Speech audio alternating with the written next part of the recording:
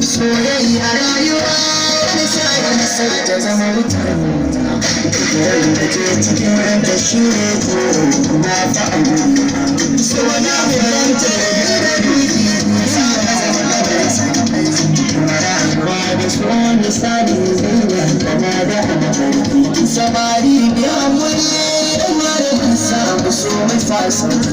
mata ne hankuri idan maramin samu shi ya sa da kyau na ci da